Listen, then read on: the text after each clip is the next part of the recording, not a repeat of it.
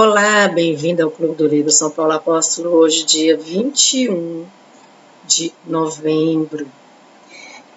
Gostaria de convidar você, primeiramente, a fazer a sua inscrição no meu canal. Curta, compartilhe. Se você precisa, às vezes, conversar com alguém que ainda tem problemas em entender a crise da Igreja Católica, apresente esses vídeos, essas leituras ou esses livros, ou indique esses livros. Eu sempre ando dizendo aqui com as pessoas, a gente precisa pelo menos salvar uma alma. E muitos ainda estão perplexos. Eu sei que, assim, vem aquele susto, um assombro de ver o que está acontecendo com a Igreja Católica. Por último, aqui agora foi autorizado o batismo de indivíduos trans. E aí fica muitas interrogações, muitas. Eles podem agora ser testemunhas de matrimônio, podem ser também padrinhos de batismo. Então, assim, a gente fica naquela situação. Será que em minha paróquia, a paróquia que eu estou, isso vai acontecer? Como eu vou reagir? Eu vou permanecer desse jeito? Ou eu vou tentar resistir e procurar um caminho realmente da verdadeira igreja? Essa sempre fica a interrogação. Mas vamos iniciar, como sempre, invocando a Santíssima Trindade, rezando a oração à Virgem Imaculada para antes do estudo, para que ela nos conceda sabedoria e entendimento diante dessa leitura que nós estamos fazendo, que é a carta aberta aos católicos perplexos, escrito por Dom Marcel Lefebvre. Em nome do Pai, do Filho e do Espírito Santo. Amém. Debaixo do vosso patrocínio, ó Mãe diletíssima, e invocando o mistério da vossa Imaculada Conceição, quero prosseguir os meus estudos e trabalhos literários. E protesto fazê-lo principalmente a fim de servir melhor para propagar a honra divina e o vosso culto. Rogo-vos, pois, Mãe amantíssima, sede da sabedoria, que favoreçais benignos meus trabalhos, e eu de boa vontade piedosamente vos prometo que é justo. Todo o bem que me provier dos meus estudos, hei de atribuí-lo inteiramente à vossa intercessão diante de Deus. Amém. Em nome do Pai, do Filho e do Espírito Santo. Amém. Então nós vamos iniciar a carta aberta. Hoje nós vamos ler o item 2.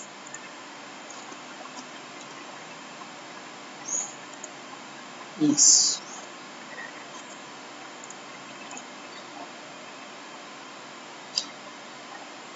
Preciso dissipar logo de início um mal entendido, de maneira a não ter mais que retornar ao assunto. Eu não sou um chefe de movimento, muito menos um chefe de uma igreja particular. Não sou, como não cessam de descrever, o chefe dos tradicionalistas. Chegou-se a qualificar certas pessoas de lefebvristas, como se tratasse de um partido ou de uma escola. É um abuso de linguagem. Não tenho doutrina pessoal em matéria religiosa.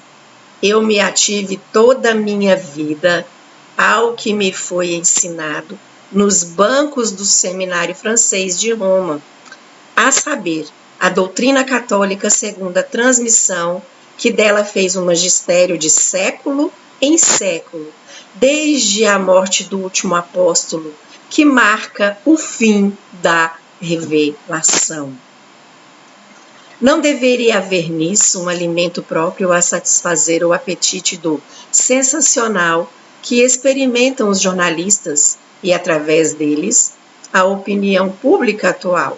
No entanto, toda a França ficou em alvoroço no dia 29 de agosto de 1976, ao saber que eu ia rezar missa em Lille. Que haveria de extraordinário no fato de um bispo celebrar o santo sacrifício? Tive de pregar diante de uma plateia de microfones e cada um de meus ditos era saudado como uma declaração retumbante, mas que dizia eu a mais do que poderia dizer a qualquer outro bispo? Eis aí a chave do enigma. Os outros bispos, desde um certo número de anos, não diziam mais as mesmas coisas. Ouviste-os frequentemente falar do reinado social de nosso Senhor Jesus Cristo, por exemplo? Minha aventura pessoal não cessa de me surpreender. Esses bispos, na sua maioria, foram meus condiscípulos em Roma, formados do mesmo modo. E eis que repentinamente eu me encontrava inteiramente só. Eles tinham mudado, renunciavam ao que tinha aprendido. Eu, que nada tinha inventado, continuava o mesmo. O cardeal Garrone chegou a dizer-me num dia: enganaram-nos no seminário francês de Roma. Enganaram-nos em quê? Não havia ele, antes do concílio, feito as crianças do seu catecismo recitar milhares de vezes o ato de fé? Meu Deus, eu creio firmemente em todas as verdades que revelastes e que nos ensinais por meio da vossa igreja. Por quê? Vós não podeis nem vos enganar, nem nos enganar? Como todos esses bispos puderam metamorfosear-se dessa maneira? Vejo uma explicação no seguinte. Eles permaneceram na França. Deixaram-se infectar lentamente. Na África, eu estava protegido. Regressei justamente no ano do concílio. O mal, ele já estava feito. O Vaticano II não fez mais do que abrir as comportas que retinham a onda destruidora. Num abrir e fechar de olhos, antes mesmo do encerramento da quarta sessão, sucedia a derrocada. Tudo, ou quase tudo, ia ser levado de roldão e, para começar, a prece. O cristão que tem o sentido e o respeito de Deus fica chocado pela maneira como o fazem rezar hoje em dia. Qualificam-se de repetições enfadonhas.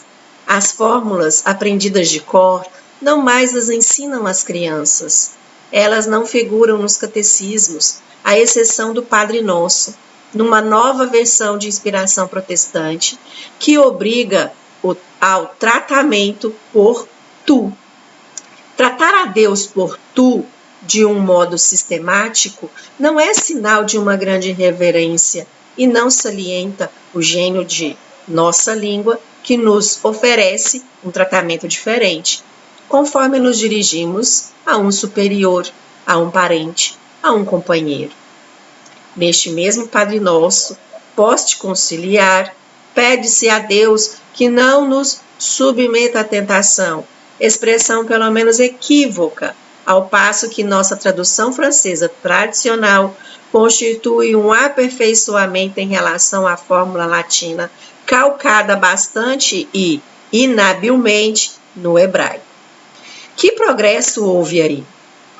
O tratamento por tu invadiu o conjunto da liturgia vernácula.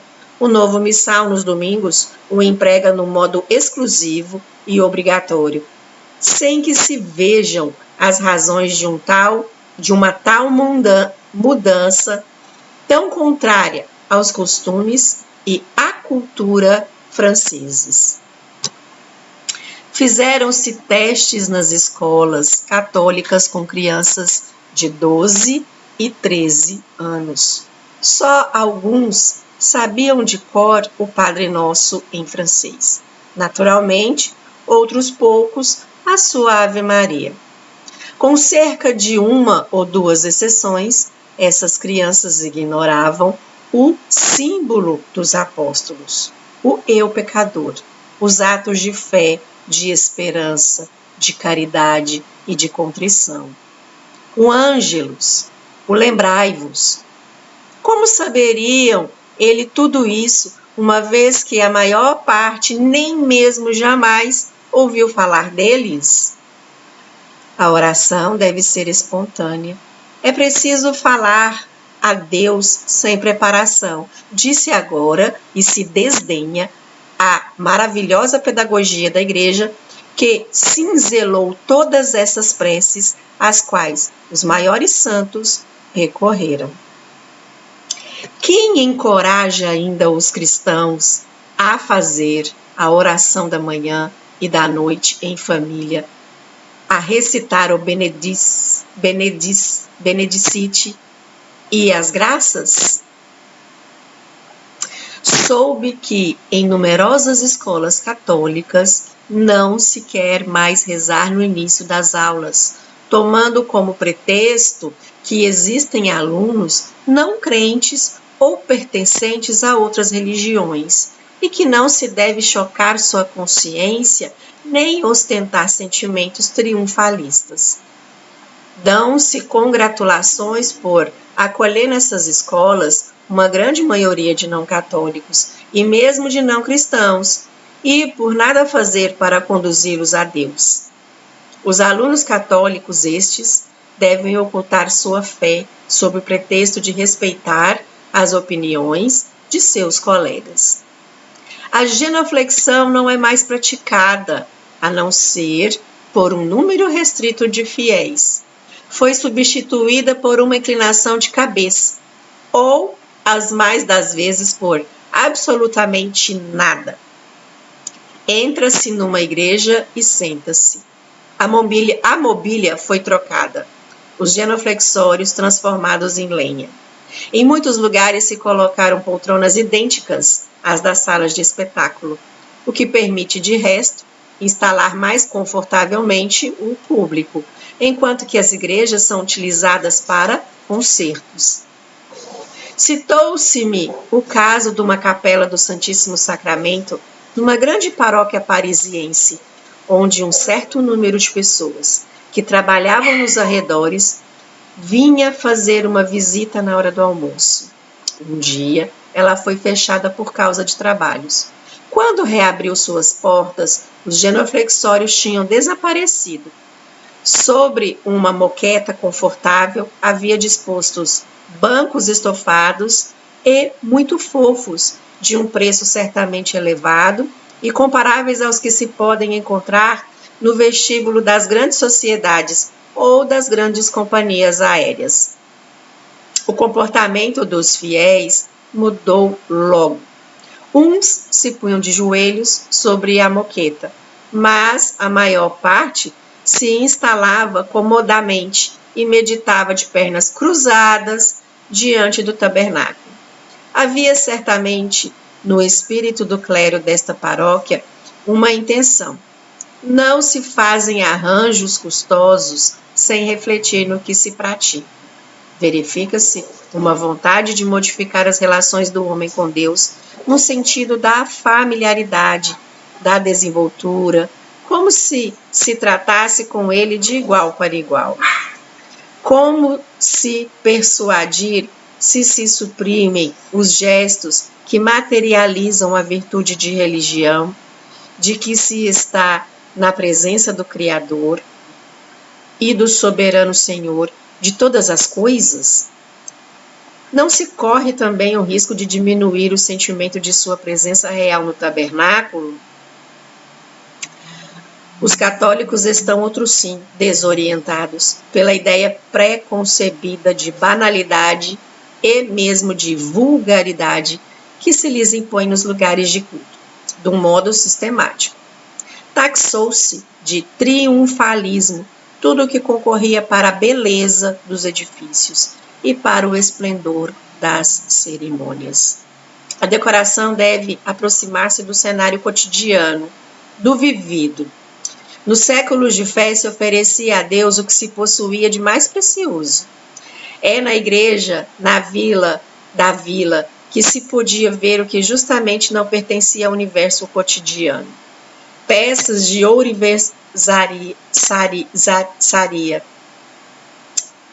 ourivesaria, obras de arte, tecidos finos, rendas, bordados, estátuas da Santíssima Virgem coroadas de joias. Os cristãos faziam sacrifícios financeiros para honrar o Altíssimo com o que tinham de melhor. Tudo isso concorria para a oração, ajudava a alma a elevar-se. Em um proceder natural ao homem. Quando os reis magos se dirigiam ao pobre presépio de Belém, eles levaram ouro, mirra e incenso. Brutalizaram-se os católicos, fazendo-os rezar numa ambiência trivial, em salas polivalentes, que não se distinguem de nenhum outro lugar público, ficando às vezes mesmo aquém deste. Aqui e ali abandona-se uma magnífica igreja gótica ou romântica para construir ao lado uma espécie de hangar, despojado e triste, ou então se organizam eucaristias domésticas em salas de refeição e até em cozinhas. Falou-se-me de uma destas, celebradas na residência de um defunto, na presença de sua família e de seus amigos. Após a cerimônia, tirou-se o cálice e sobre a mesma mesa, coberta com a mesma toalha, se preparou uma refeição. Durante esse tempo, a algumas centenas de metros, os pássaros estavam sós a cantar os louvores do Senhor, em torno da igreja do século XIII, ornada de vitrais magníficos.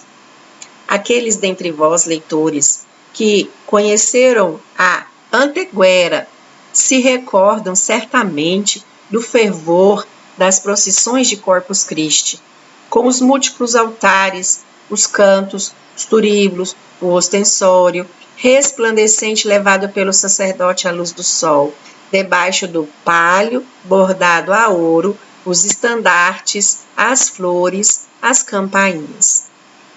O sentido de adoração nascia na alma das crianças e nela se incrustava para toda a vida. Esse aspecto primordial da oração parece muito negligenciado. Fala-se ainda da evolução necessária dos novos hábitos de vida, os embaraços no trânsito de veículos não impedem as manifestações de rua. Os que delas participam não experimentam nenhum respeito humano para exprimir suas opiniões políticas ou suas reivindicações, justas ou não. Por que somente Deus seria posto de lado? Por que apenas os cristãos deveriam abster-se de render-lhe o culto público que lhe é devido?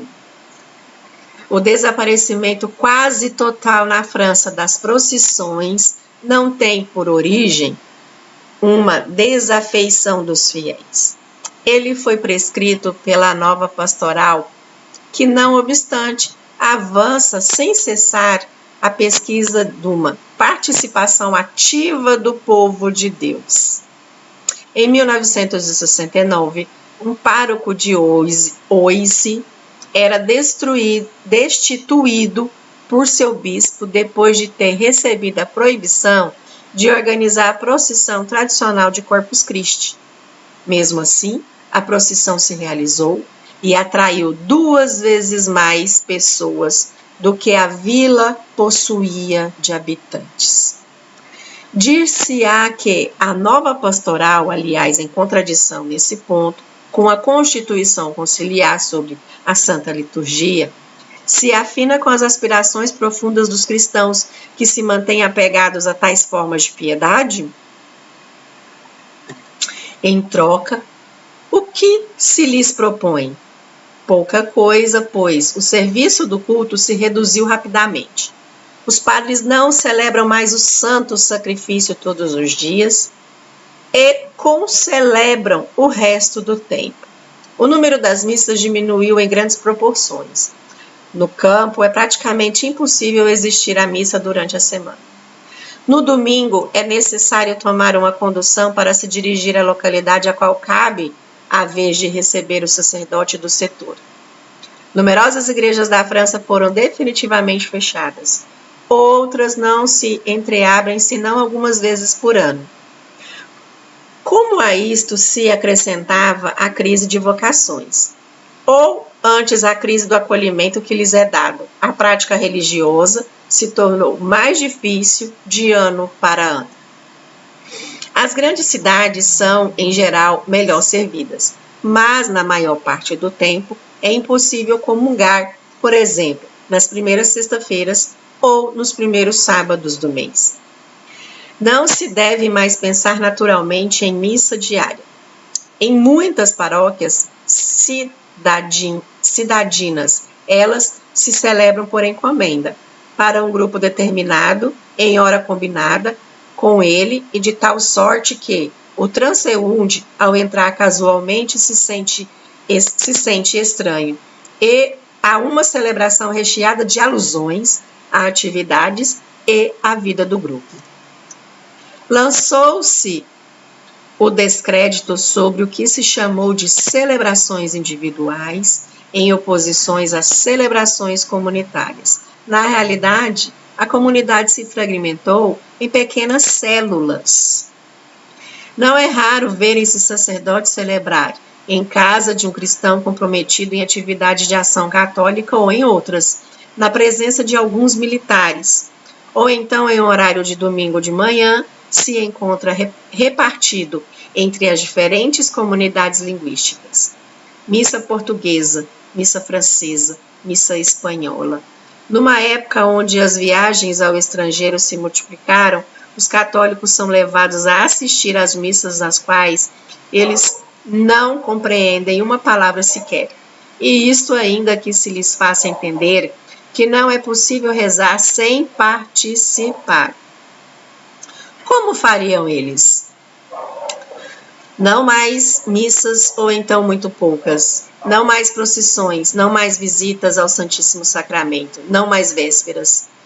A oração em comum foi reduzida a uma expressão mais simples. Mas quando o fiel superou as dificuldades de horários e de deslocamentos que encontra ele para matar sua sede espiritual, falarei mais adiante da liturgia e das graves alterações que ela sofre. Mantenhamo-nos, por agora, mais do que o exterior das coisas, nas formas desta oração comum. Muito frequentemente, o clima das celebrações choca o senso religioso dos católicos. É a intrusão dos ritmos profanos, com todas as espécies de instrumentos de percussão, a guitarra, o saxofone. Um músico responsável pela música sagrada numa diocese do norte da França escrevia, apoiado por numerosas personalidades eminentes do mundo musical. A despeito das apelações correntes, a música desses cantos não é moderna. Este estilo musical não é novo, mas se praticava em lugares e ambientes muito profanos. Cabarés, música hall, frequentemente por danças mais ou menos lascivas, expressas ridiculamente, com nomes estrangeiros. Foi-se levado ao balanceio ou swing. Todos têm o desejo de se agitar. Eis aí uma expressão corporal certamente estranha à nossa cultura ocidental, pouco favorável ao recolhimento e cujas origens são turvas. Na maior parte do tempo, nossas assembleias, que já experimentam tanta aflição por não se igualarem aos negros e aos cambaios numa medida de 6/8, não respeitam o ritmo exato e a bateria falha. Então, não se tem mais o desejo de se agitar, mas o ritmo se torna informe e faz acentuar ainda mais a pobreza habitual da linha melódica. Como fica a oração nisso tudo? Felizmente, parece que é mais de um lugar se voltou aos costumes menos bárbaros. Então, se é submetido, se quer cantar, as produções dos organismos oficiais especializados na música da igreja. Pois não é questão de utilizar a maravilhosa herança dos séculos passados. As melodias habituais, sempre as mesmas, são de uma inspiração muito medíocre. Os trechos mais elaborados, executados por corais, se ressentem na influência profana, excitam mais a sensibilidade do que penetram na alma, como faz o cantochão. As palavras inventadas de todas as peças com um vocabulário novo, como se um dilúvio tivesse destruído há uma vintena de anos todos os antifonários nos quais, mesmo querendo fazer coisa nova, se poderia ter inspirado, adotam o estilo do momento e logo saem da moda, não são mais compreensíveis, depois de um espaço de tempo muito curto. Inumeráveis discos destinados à animação das paróquias difundem paráfrases de salmos, que se tem, aliás, como tais a que suplantam os textos sagrados da inspiração divina. Por que não cantar os próprios salmos? Apareceu uma novidade há pouco tempo. Cartazes afixados na entrada das igrejas diziam: para louvar a Deus, batei palmas. Então, no discurso da celebração, e a um sinal do animador, os assistentes levantam os braços acima da cabeça e batem palmas em cadência com entusiasmo, produzindo um estrépito insólito no recinto do santuário. Este gênero de inovação, sem ligações com nossos hábitos, mesmo profanos, que tenta implantar um gesto artificial na liturgia, sem dúvida, não terá futuro. Ele contribui, não obstante, para desencorajar os católicos e aumenta sua perplexidade. Poderíamos abster-nos de frequentar as Gospels Night, mas que fazer quando essas práticas desoladoras se apoderam das raras missas de domingo? A pastoral de conjunto, segundo o termo adotado, constrange o fiel a gestos novos, cuja utilidade ele não percebe, que vão contra a sua natureza. É preciso, antes de qualquer coisa, que tudo se faça de maneira coletiva, com mudanças de palavras, mudanças de evangelho, mudanças de objetos, com apertos de mão. O povo segue relutando, como demonstram as cifras. As últimas estatísticas acusam uma nova baixa. Entre 1977 e 1983, na frequência à comunhão, enquanto que a oração pessoal conhece uma ligeira ascensão. A pastoral de conjunto, portanto, não conquistou o povo católico. Eis o que leio no boletim paroquial de uma região parisiense. Há 10 anos, a missa das 9h30 possuía, de vez em quando, um estilo um pouco particular, no sentido de que a proclamação do Evangelho era seguida de uma troca pela qual os fiéis se reencontravam em grupos de uma dezena. De fato, na primeira vez que se tornou uma tal celebração, 69 pessoas constituíram grupos de troca. 138 ficaram à parte. Poder-se-ia pensar que, com a ajuda do tempo, este fato se iria modificando? Não aconteceu nada disso. A equipe paroquial organizou então uma reunião para saber se continuariam ou não as missas com troca. Compreende-se que, tendo 2/3 dos paroquianos resistindo até então às novidades pós-conciliares, não tenham sido encantados por essas conversas improvisadas em plena missa. Como é difícil ser católico hoje! A liturgia francesa, mesmo sem troca, atordou os assistentes sob um fluxo de palavras. Muitos se queixam de não poder rezar durante a missa. Então, quando rezarão eles? Os cristãos, desconcertados, vêm propor-se-lhes receitas que são sempre aprovadas pela hierarquia, contanto que elas se afastem da espiritualidade católica. O yoga e o zen são as mais estranhas. Orientalismo desastroso que coloca a piedade em caminhos falsos, pretendendo conduzir a uma higiene da alma. Quem falará também dos danos da expressão corporal? Degradação da pessoa ao mesmo tempo que a exaltação do corpo contrária à elevação para Deus? Essas modas novas, introduzidas até nos mosteiros de contemplativos, com muitas outras, são extremamente perigosas e dão razão àqueles que ouvistes dizer: mudam a nossa religião.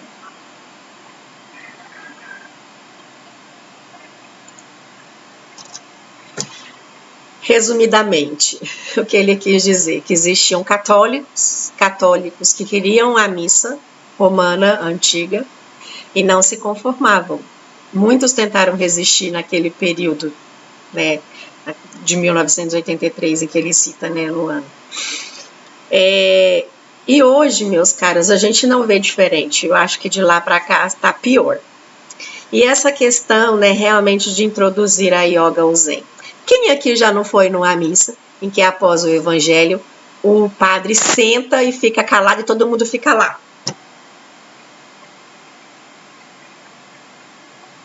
Me fala. Eu tenho sacerdotes aqui, que eu já participei de missa, que ele fala assim: fiquemos em silêncio e meditemos sobre o evangelho. Aí vem a interrogação: se ele acabou de fazer a homilia, para que eu tenho que ficar em silêncio? É isso que o Dom Marcel Lefebvre está querendo dizer. Né? E com relação também aos cânticos, né? Que ele fala realmente que causa esse frenesi. Porque existem pessoas que mesmo que não batam palmas, isso eu já fui em missas aqui. Missas com, igual eu já citei exemplo, que os músicos eles cantam as antífonas. Mesmo que cantem as antífonas, mas as pessoas ainda ficam.